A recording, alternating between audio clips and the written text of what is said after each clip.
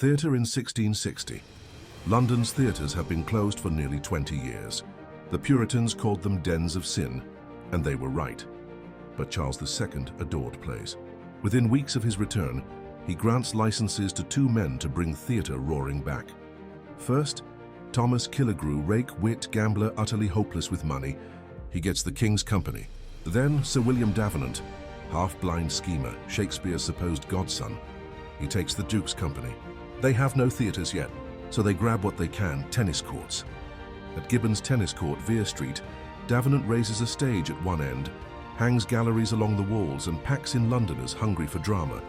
Candles, brickbats, fiddles spin, painted scenery slides in and out. And for the first time, women on stage. In December, Mary Saunderson walks out as Desdemona in Othello. No boy in a wig, a real woman. The crowd gasps. The city buzzes with scandal. Beside her, Anne Marshall, strong-voiced, tragic, adored by the pit. Margaret Hughes, sometimes called the very first actress, stepping into roles boys had played for centuries. The men return too. Thomas Betterton, a Hamlet so commanding Pepys called him unmatched.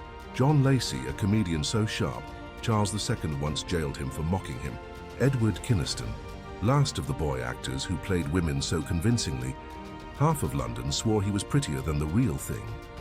Performances by the two licensed companies were daily, except on Sundays, Wednesdays and Fridays during Lent, Passion Week and Christmas, and while the court was in mourning.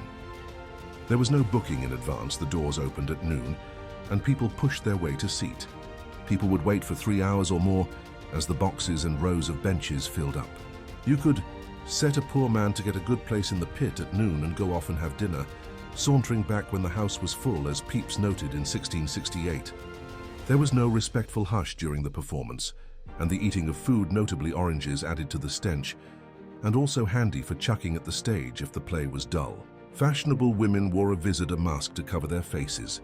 Brawls regularly broke out, so 1660 sees London reborn. Shakespeare revived, women on stage, courtiers in lace cheering from the boxes. Theatre wasn't just back, it was changed forever. Samuel Pepys couldn't have been happier.